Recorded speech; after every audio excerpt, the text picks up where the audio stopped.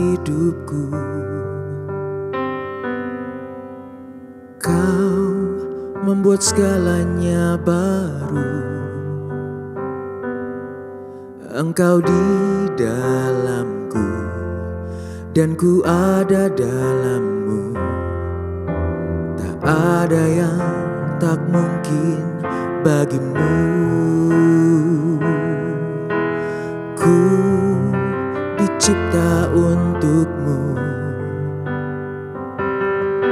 untuk membawa harum namamu. Engkau di dalamku dan ku ada dalammu. Kini ku datang mencari wajahmu, mengasihimu selalu dengan segenap hatiku, mencintai seluruh perbuatanmu, mengabdikan hidupku sesuai rencanamu.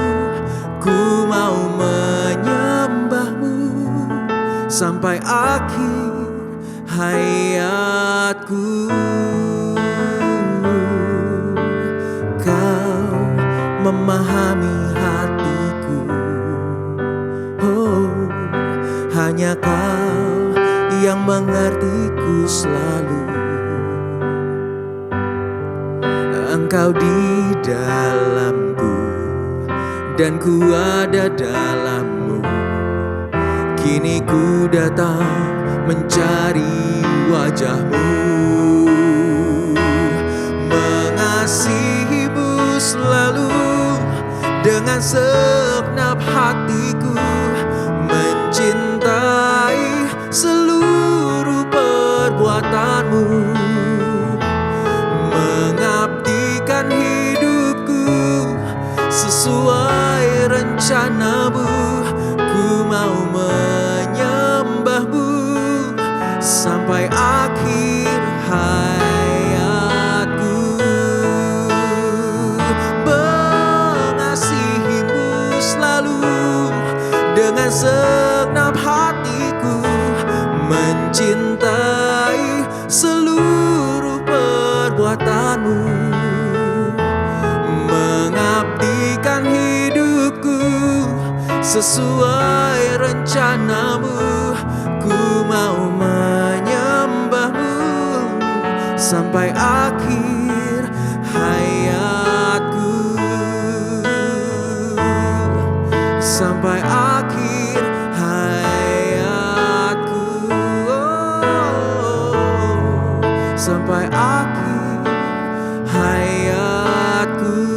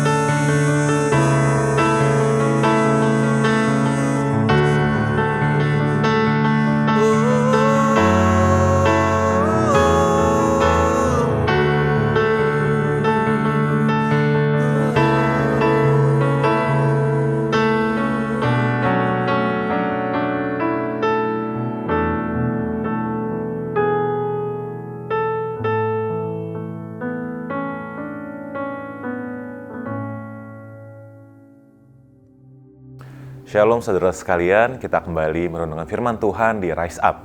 Hari ini renungan Rise Up diambil dari Hakim-Hakim pasal yang ketiga, di mana pasal ini menceritakan mengenai Deborah, seorang hakim perempuan yang pada zaman itu suatu hal yang tidak normal bisa dikatakan untuk seorang hakim mempunyai gender seorang perempuan. Mari kita baca, dikatakan di pasal yang keempat. Saya bacakan dari terjemahan baru versi yang kedua. Pada waktu itu Deborah, seorang nabiah, istri Lapidot, memerintah sebagai hakim atas orang Israel.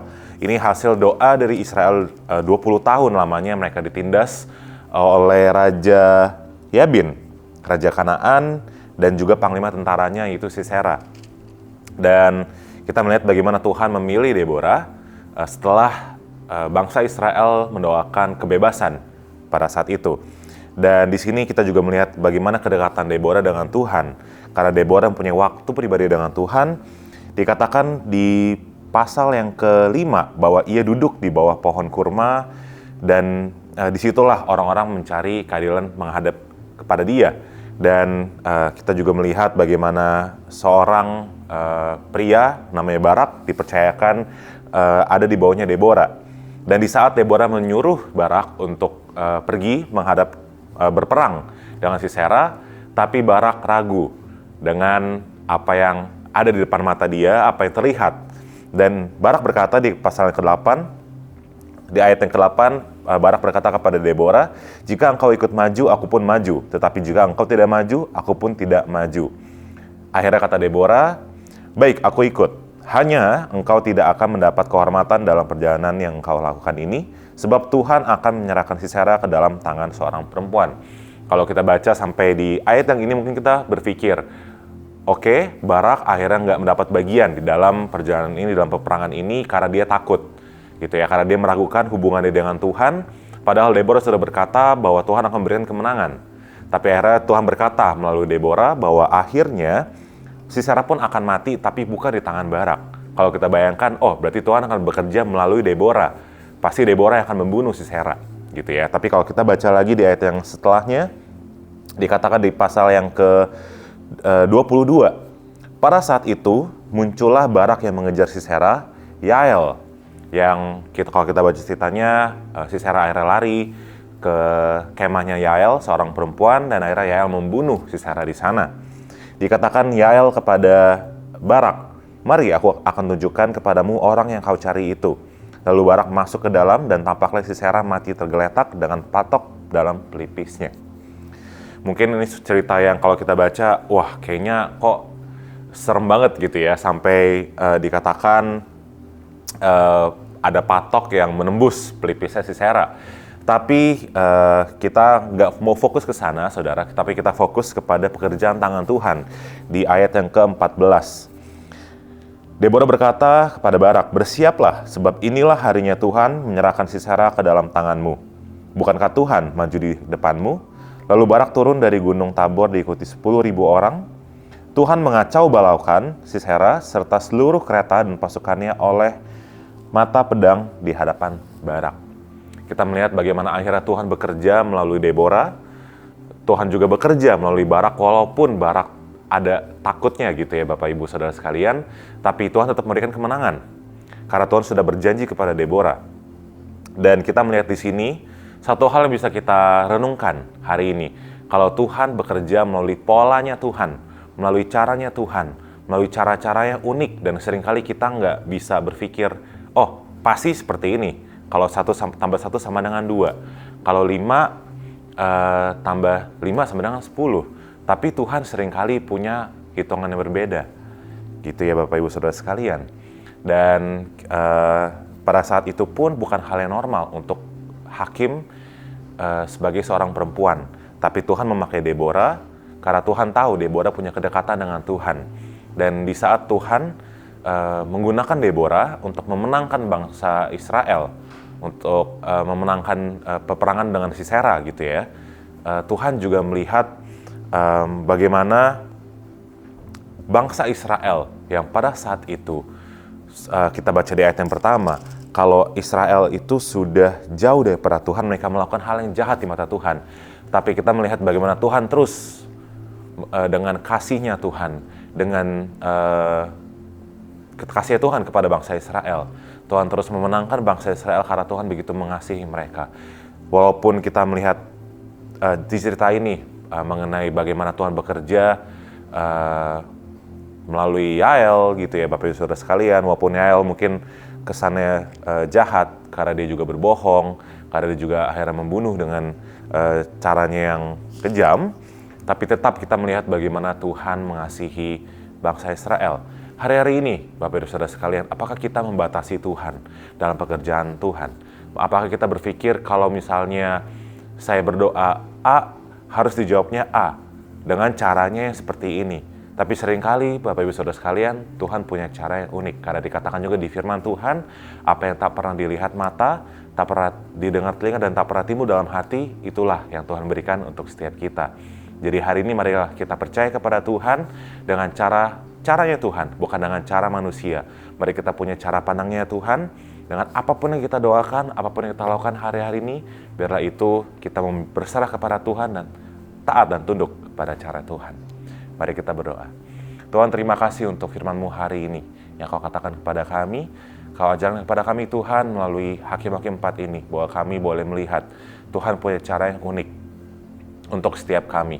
Dan Roh Kudus, ajar kami, bantu kami untuk bisa punya hati yang taat, punya hati yang mau mendengar Tuhan, punya hati yang mau membuka ruang untuk pekerjaan tangan Tuhan. Kalau hari-hari ini mungkin kami ada perasaan takut, ada perasaan ragu, ada perasaan negatif, khawatir yang kami pikirkan, kami mau belajar untuk berserah kepada Tuhan dan percaya kepada Tuhan. Karena pada akhirnya kami percaya Tuhan punya rancangan yang terbaik untuk setiap kami. Terima kasih Tuhan, kami menyerahkan hari-hari kami ke dalam tangan Tuhan, dan biarlah apapun yang kami lakukan hari ini, dalam minggu ini juga, itu semua boleh menyenangkan hati Tuhan. Terima kasih Tuhan, di dalam nama Tuhan Yesus Kristus, kami telah berdoa dan mengucap syukur. Haleluya. Amin. Hakim-Hakim 4. Deborah dan Barak. Setelah Ehud mati, orang Israel melakukan pula apa yang jahat di mata Tuhan. Lalu Tuhan menyerahkan mereka ke dalam tangan Yabin, Raja Kanaan, yang memerintah di Hazor. Panglima tentaranya ialah Sisera yang diam di Haroset Hagoim. Lalu orang Israel berseru kepada Tuhan, sebab Sisera mempunyai 900 kereta besi dan 20 tahun lamanya ia menindas orang Israel dengan keras. Pada waktu itu Deborah, seorang nabiah, istri Lapidot, memerintah sebagai hakim atas orang Israel. Ia biasa duduk di bawah pohon korma Deborah antara Rama dan Betel di pegunungan Efraim, dan orang Israel menghadap dia untuk berhakim kepadanya. Ia menyuruh memanggil Barak bin Abinoam dari Kedes di daerah Naftali, lalu berkata kepadanya, "Bukankah Tuhan, Allah Israel, memerintahkan demikian?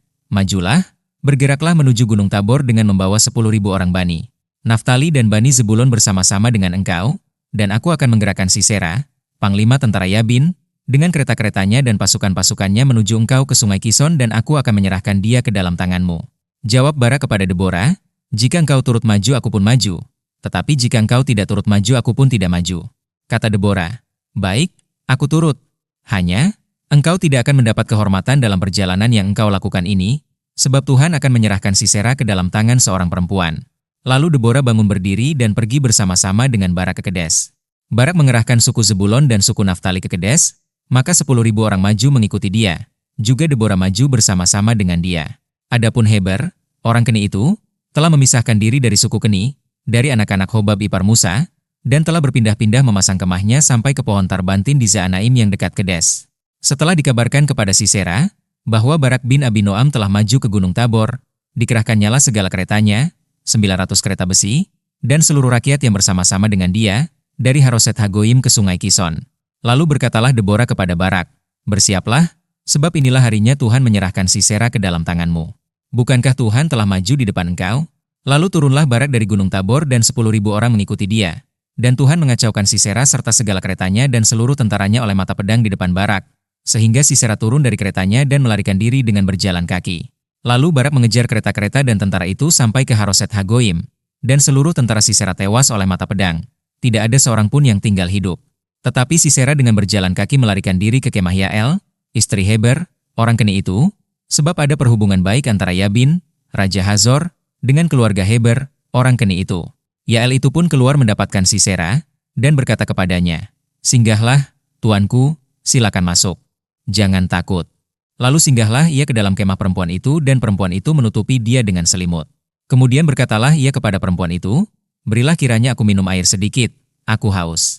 Lalu perempuan itu membuka kirbat susu, diberinyalah dia minum dan diselimutinya pula. Lagi katanya kepada perempuan itu, "Berdirilah di depan pintu kemah, dan apabila ada orang datang dan bertanya kepadamu, 'Ada orang di sini?' Maka jawablah, 'Tidak ada.'" Tetapi Yael, istri Heber, mengambil patok kemah, diambilnya pula palu, mendekatinya diam-diam, Lalu dilantaknyalah patok itu masuk ke dalam pelipisnya sampai tembus ke tanah. Sebab ia telah tidur nyenyak karena lelahnya. Maka matilah orang itu. Pada waktu itu muncullah Barak yang mengejar Sisera. Keluarlah Yael mendapatkan dia dan berkata kepadanya, "Mari, aku akan menunjukkan kepadamu orang yang kau cari itu."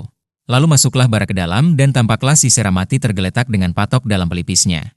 Demikianlah Allah pada hari itu menundukkan Yabin, raja Kanaan, di depan orang Israel. Dan kekuasaan orang Israel kian keras menekan Yabin, raja Kanaan, sampai mereka melenyapkan Yabin, raja Kanaan itu.